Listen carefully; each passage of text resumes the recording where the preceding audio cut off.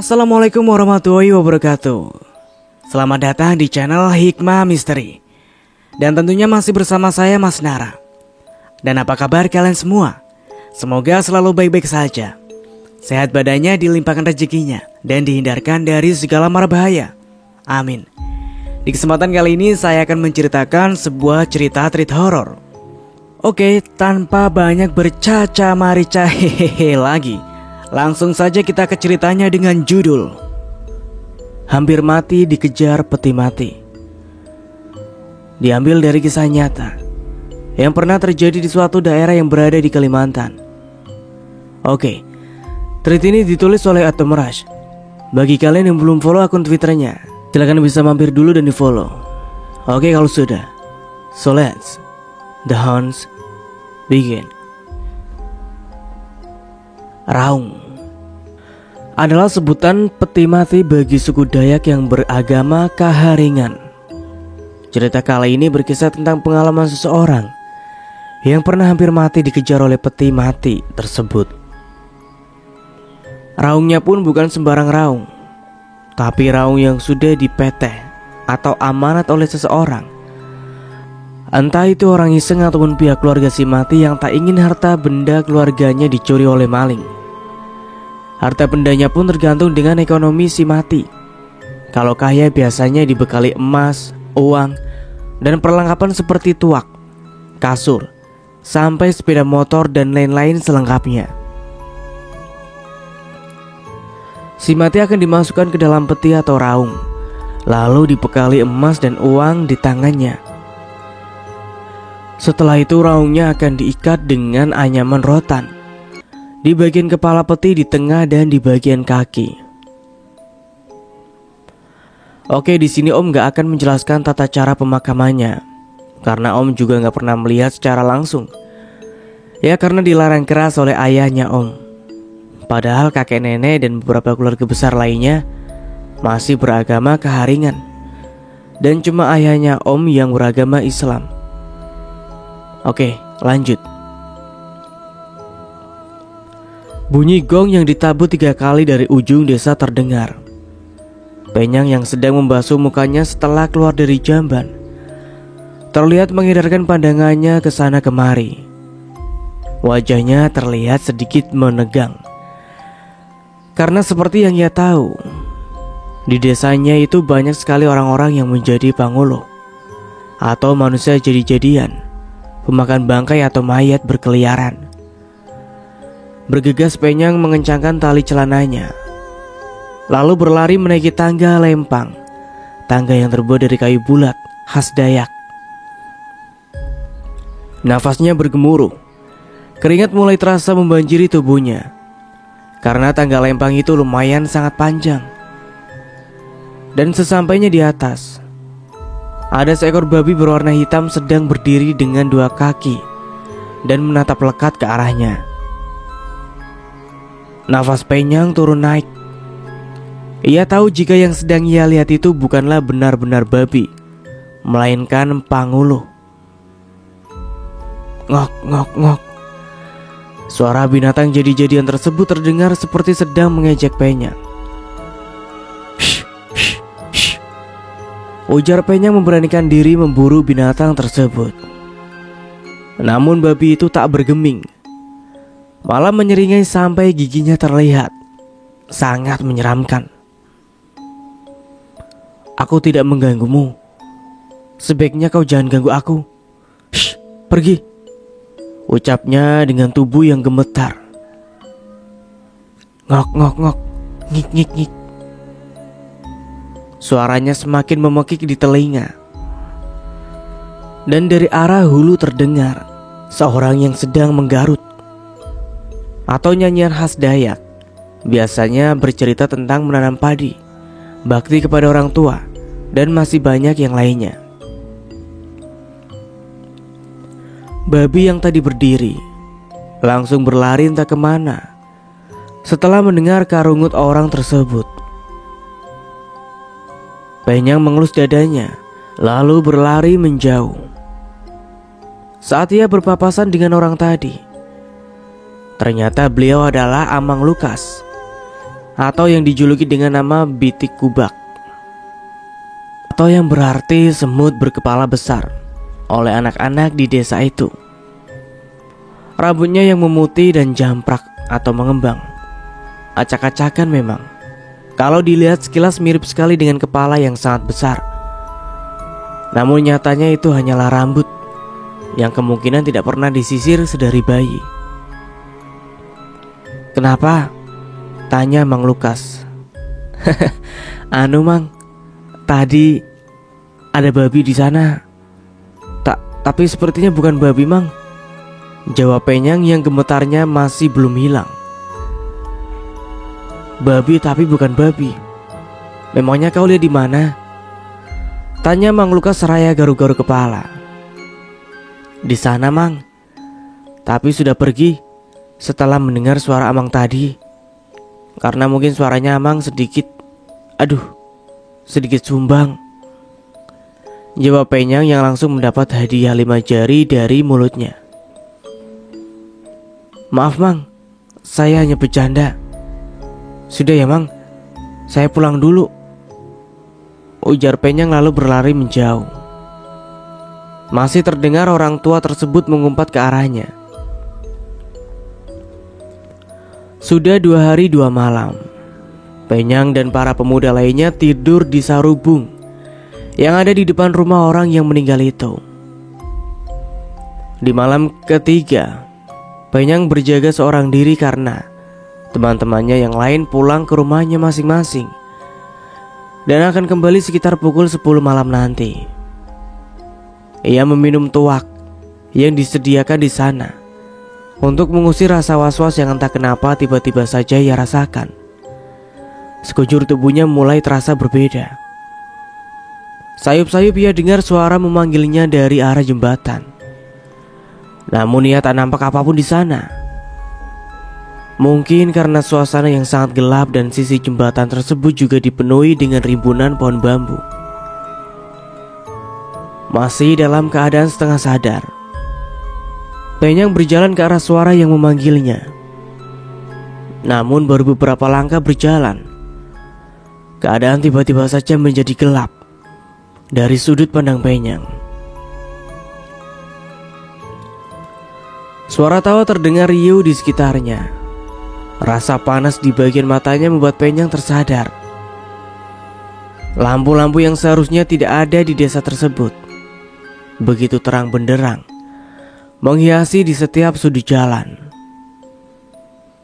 Tak ada lagi jembatan, begitupun juga dengan rumah-rumah warga desa. Penyang sedikit mengerutkan keningnya. Ia bingung, namun juga takjub dengan apa yang ia lihat.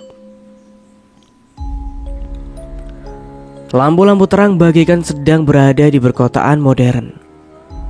Penyang melangkah perlahan, sangat pelan, ketika matanya melihat banyak sekali orang-orang yang sedang makan di salah satu warung.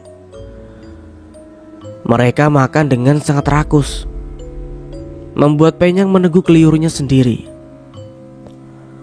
"Mau makan?" tanya seorang pelayan wanita yang menggunakan tapis sebatas dada dan rambut yang terurai panjang. Sesaat ia bingung, namun kemudian ia segera menolak dengan sopan tawaran tersebut. Lalu kembali melanjutkan langkahnya berjalan melihat-lihat desa aneh tersebut. Hingga kemudian, saat ia sudah cukup lelah berjalan, Penyang duduk di pelataran rumah yang tertutup. Ia mulai bingung akan di mana jalan pulang ke desanya. Saking asiknya melamun, sampai-sampai tak mendengar suara pintu terbuka. Dan di sebelahnya berdiri seorang laki-laki tua yang menggunakan baju merah berikut celananya yang juga berwarna merah. "Mau kemana nak?" sapanya dengan nada yang sangat ramah.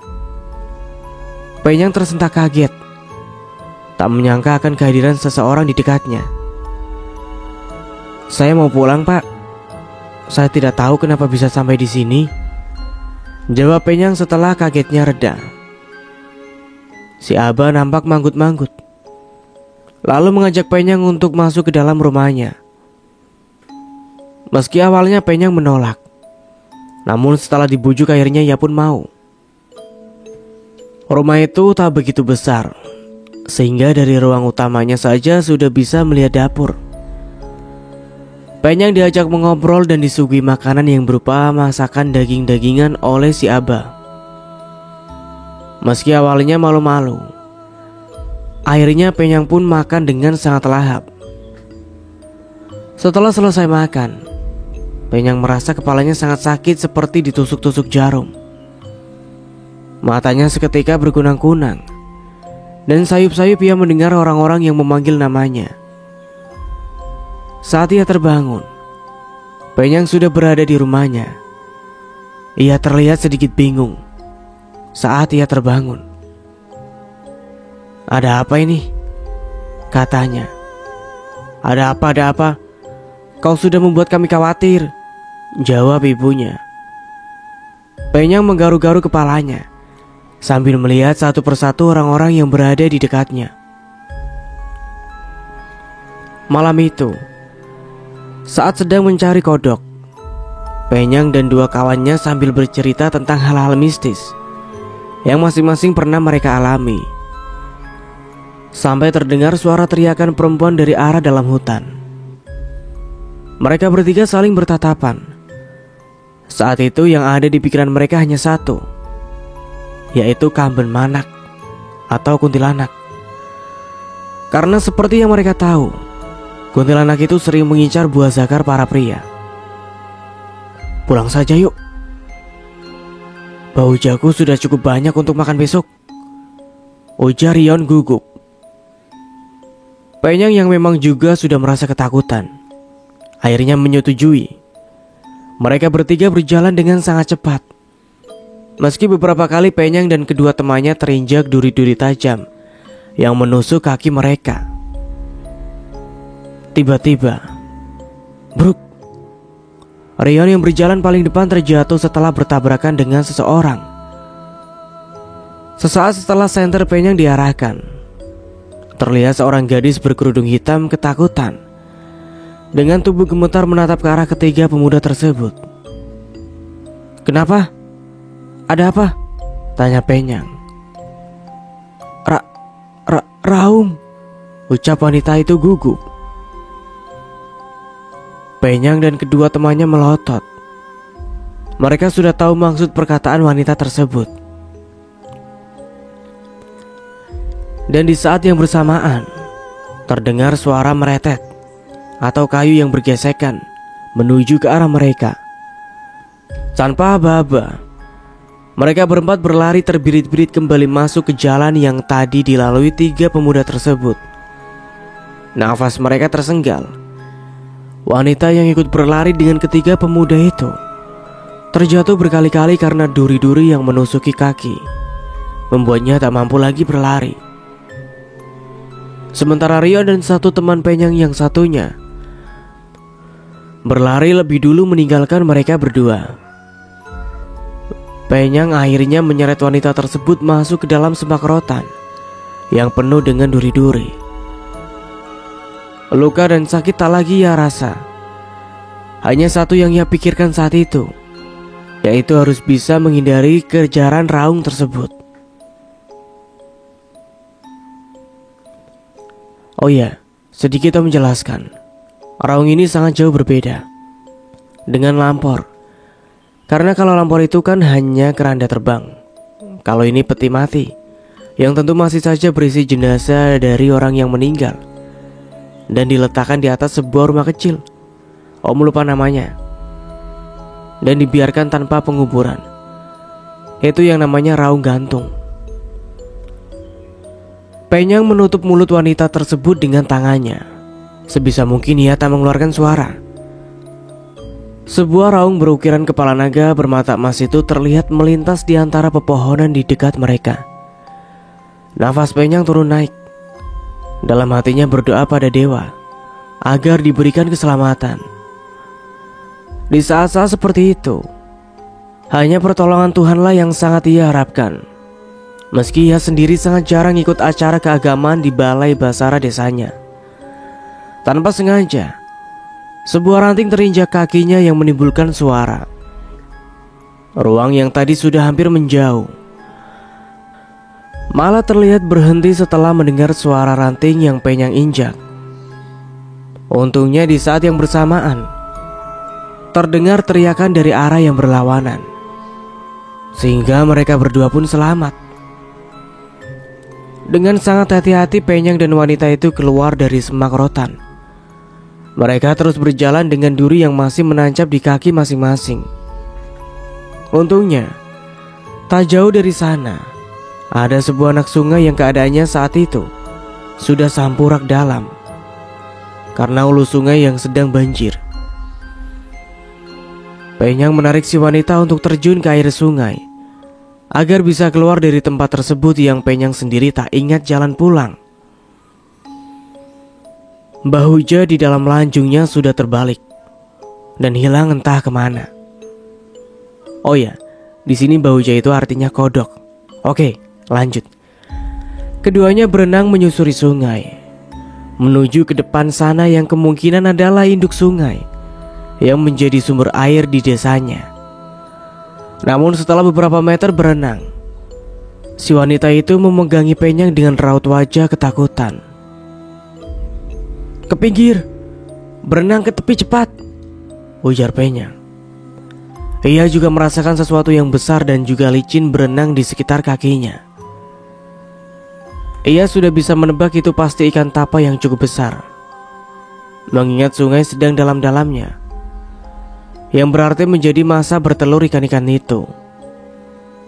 Mereka berenang ke tepi yang ternyata dipenuhi rotan-rotan berduri, membuat telapak tangan Penyang terluka saat berpegangan untuk naik.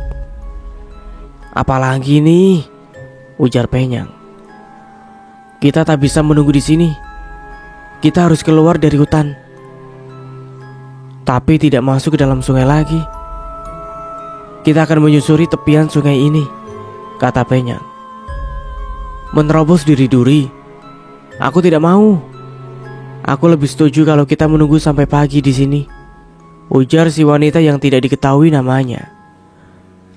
"Menunggu sampai pagi? Yang ada nyawamu dan nyawaku yang hilang kalau kita berdua menunggu di sini. Pertama, sungai ini banyak tapah yang kemungkinan ada tapah lebih besar dan siap memangsa kita. Dan di sana ada raung yang mengejar kita. Kau tahu, kita berdua akan mati bila sampai bertemu dengan itu," ujar Penyang sedikit menekan nada bicaranya. Mau tak mau wanita tersebut akhirnya mengikuti Penyang. Mereka berdua berjalan menyusuri tepian sungai yang dipenuhi dengan tumbuhan berduri dan juga rotan. Beberapa kali Penyang dan wanita itu terjatuh karena kaki yang masuk ke lubang-lubang yang tertutup oleh dedaunan.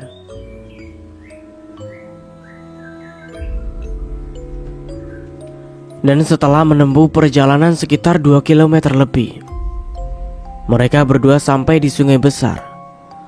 Tapi tempat itu sangat jauh dari desanya. "Masih jauh kah?" tanya wanita itu. "Masih cukup jauh.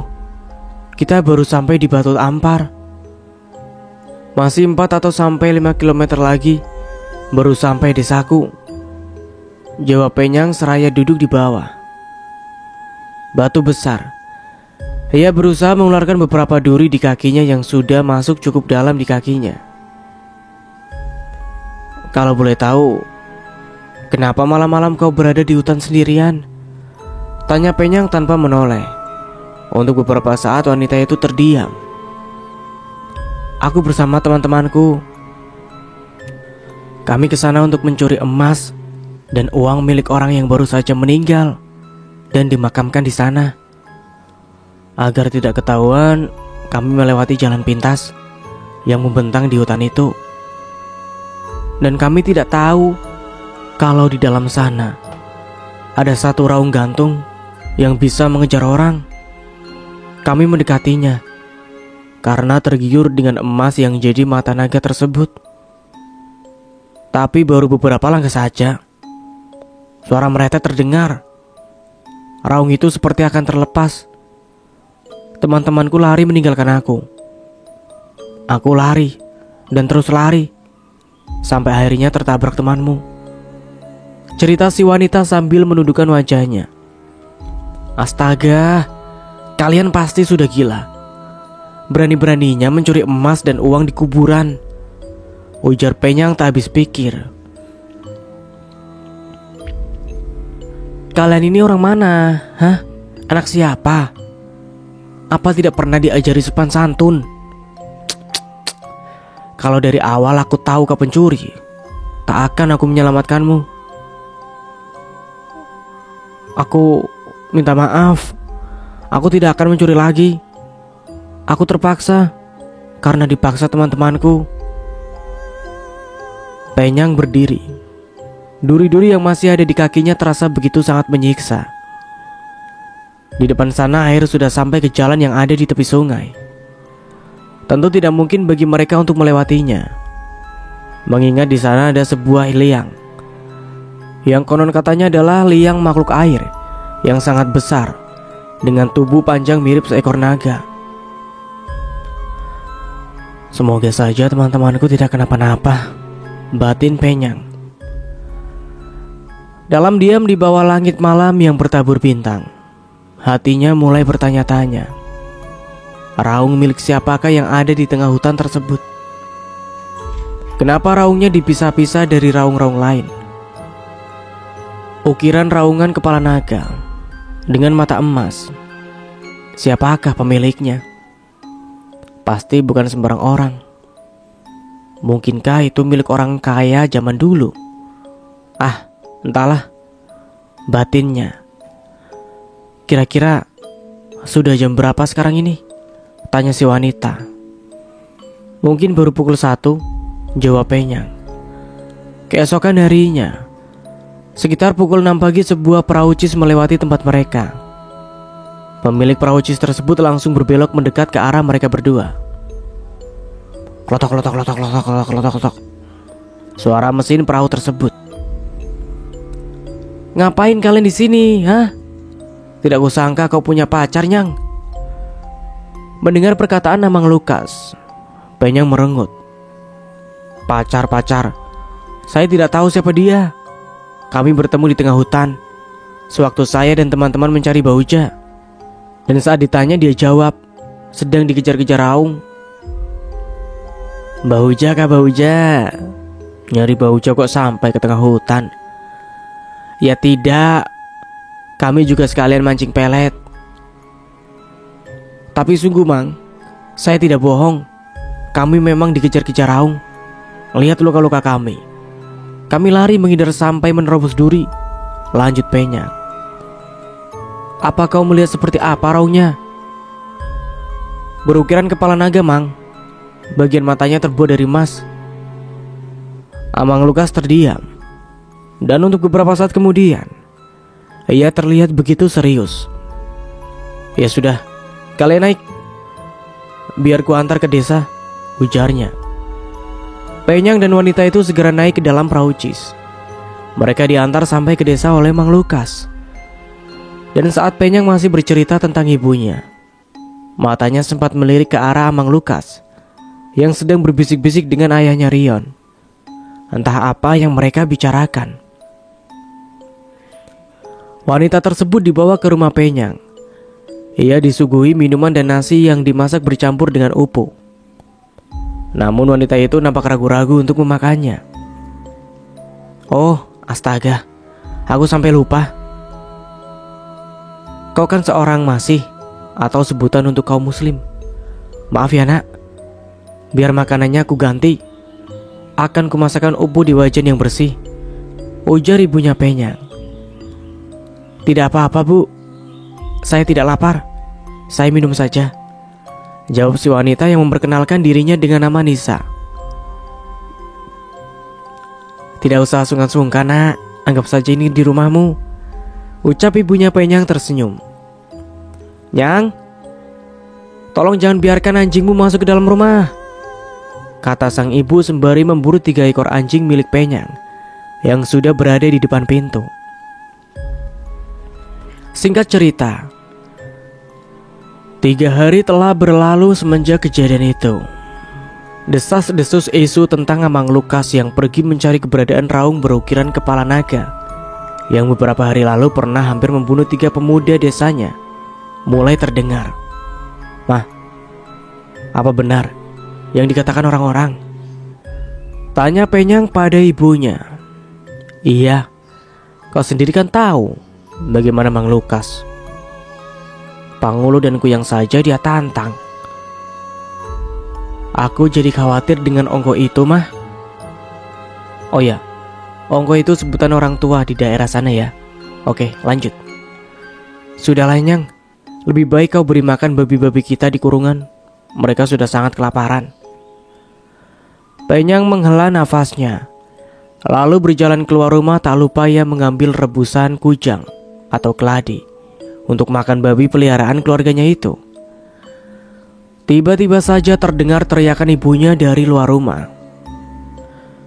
Mendengar teriakan ibunya, Penyang terjatuh dari atas tangga kurungan babinya hingga membuat kakinya terkena kayu dan terluka. "Aduh," ringis Penyang. Ia berjalan menghampiri ibunya. "Ada apa, Mah?" "Ongko Lukas. Dia..." Belum sempat ibunya menyelesaikan perkataannya, Penyang bergegas berlari menuju ke arah yang ditunjuk oleh sang ibu. Tidak begitu jauh, ia melihat ayahnya Rion dan beberapa orang lain yang sedang menandu seseorang. Penyang mendekat, dan ternyata yang sedang mereka tandu adalah Mang Lukas yang sudah tak sadarkan diri. Nafas Penyang turun naik. "Pelan-pelan," ujar ayahnya Rion saat mereka sudah tiba di rumah Rion. Dengan sigap Rion menyediakan kasur untuk Mang Lukas.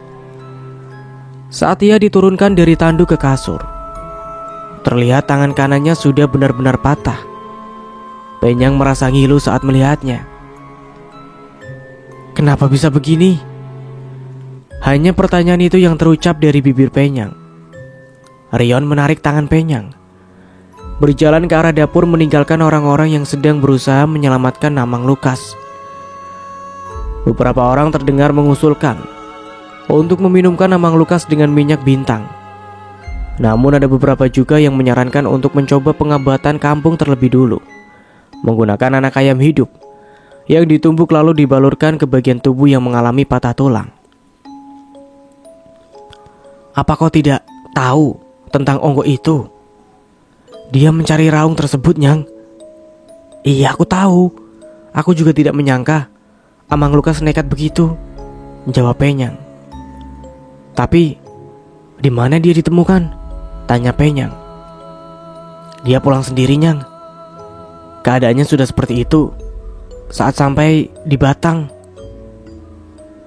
Penyang menggeleng. Ia masih tak menyangka. Ngeri, takut itu yang ia rasakan. "Yon," panggil ayah sahabatnya itu. Rion dan Penyang bergegas keluar. "Tolong kalian pergi ke rumah Amai Hadri, suruh dia kemari. Ceritakan tentang Amang Lukas," ujar ayahnya Rion. Rion mengangguk sambil menatap Penyang. Lalu keduanya segera berjalan keluar rumah. Karena Amai Hadri tinggal di ladang yang berada di hulu kampung, makanya Rion dan Penyang harus menaiki jukung untuk sampai ke tempat tinggal Amai Hadri. Mereka berdua terus menggayuh melawan deras air yang cukup deras dan berampah. Singkat saja, keadaan Amang Lukas sudah sedikit membaik setelah diobati oleh Amai Hadri. Beliau sudah bisa menceritakan tentang apa yang terjadi padanya. Menurutnya malam itu, beliau berjalan di dalam rimbunnya hutan mencari keberadaan raung yang dimaksud oleh si wanita. Saat senter di tangannya mengarah pada sesuatu yang lumayan jauh berada di depannya. Nampak seperti rumah kecil tak berdinding yang digunakan untuk menaruh raung. Amang Lukas berjalan pelan ke arah tempat tersebut. Ia sudah bersiap siaga dengan mandau di tangan. Saat tinggal beberapa langkah lagi saja, Mang Lukas tiba-tiba mendengar suara meretet. Pertanda kalau raung tersebut sudah mulai beraksi dengan kedatangan Mang Lukas. Ia menghentikan langkahnya ketika tiba-tiba raung tersebut bergetar dan mulai terbang ke arahnya. Mang Lukas berlari mencari ke arah pohon untuk berlindung. Hingga beberapa saat kemudian raung itu tiba-tiba saja sudah berada di dekatnya. Dan brak, brak, raung itu menghempas ke arah Mang Lukas. Namun untungnya terhalang oleh pohon yang ia gunakan untuk berlindung. Dengan mandau yang sudah ia pegang sedari tadi, Mang Lukas mencoba memutus simpal tali yang terbuat dari anyaman rotan yang ada di raung tersebut. Dengan sekali tebas, sampai yang cukup besar itu pun putus. Namun masih bersisa 2 simpal lagi. Dan pada saat ia mencoba memutus yang kedua, Mang Lukas terkena hempasan raung yang begitu kuat hingga membuat ia jatuh terguling. Tangan kanannya terasa sangat sakit. Mandaunya terlepas dari genggaman. Raung berukir kepala naga tersebut langsung terbang ke arahnya. Namun Mang Lukas bergegas berlindung di antara pepohonan sembari mencari mandau miliknya. Raung itu semakin mengganas. Ia menghempas ke arah Mang Lukas. Suaranya bergema di tengah hutan. Sampai suatu ketika, mandau yang ia cari akhirnya dapat ia temukan. Dengan cepat Mang Lukas melompat ke arah raung. Dan brak, simpai kedua berhasil ia putus. Tinggal satu lagi ketika Mang Lukas sekali lagi harus terkena hempasan di bagian tubuh kanannya, sampai tangannya benar-benar patah. Teriak Mang Lukas. Bersatu dengan emosinya Mang Lukas meraih mandaunya lagi. Dan brak, simpai ketiga putus. Dan raung tersebut akhirnya jatuh ke tanah. Nafas Mang Lukas tersenggal. Ia melirik ke arah tangannya yang sudah benar-benar tinggal kulit yang membungkus tulang dengan daging yang hancur. Dengan sisa tenaga yang ada, Mang Lukas berjalan ke arah raung yang tergeletak di tanah. Tanpa ragu ia mencoba membuka penutup raung. Dan saat terbuka, terlihat sebujur tubuh yang sudah jadi tengkorak berada di dalamnya. Basi, basi. Siapa lagi yang berulang membuat rumahmu seperti ini? Ujar Mang Lukas seraya menutup kembali raung tersebut lalu berjalan pulang. Dengan hanya tersisa 1 tangan, ia mencoba menghidupkan mesin perahu cisnya. Meski beberapa kali gagal, namun karena ia tak pernah menyerah, akhirnya mesin perahu pun berhasil dihidupkan. Dengan tubuh yang sudah benar-benar sakit, Mang Lukas tetap mencoba pulang. Dan saat ia bangun, Mang Lukas sudah berada di rumah keluarga Rion. Penyang begitu antusias mendengar ceritanya. Kenapa setelah simpainya diputus, raung itu seakan tak berdaya, Mang? Akhirnya, sebuah pertanyaan keluar dari mulutnya. Simpai itu pengikat. Kalau simpainya putus, itu berarti dia sudah kalah. Tapi sebaiknya jangan pernah ada lagi orang-orang di desa ini yang kesana. Jangan sampai ada lagi, ujar Mang Lukas mengakhiri ceritanya. Nah, dan begitulah akhir dari sebuah cerita treat horor dengan judul Dikejar Peti Mati. Dari saya mohon maaf bila ada salah kata. Akhir kata, wassalamualaikum warahmatullahi wabarakatuh.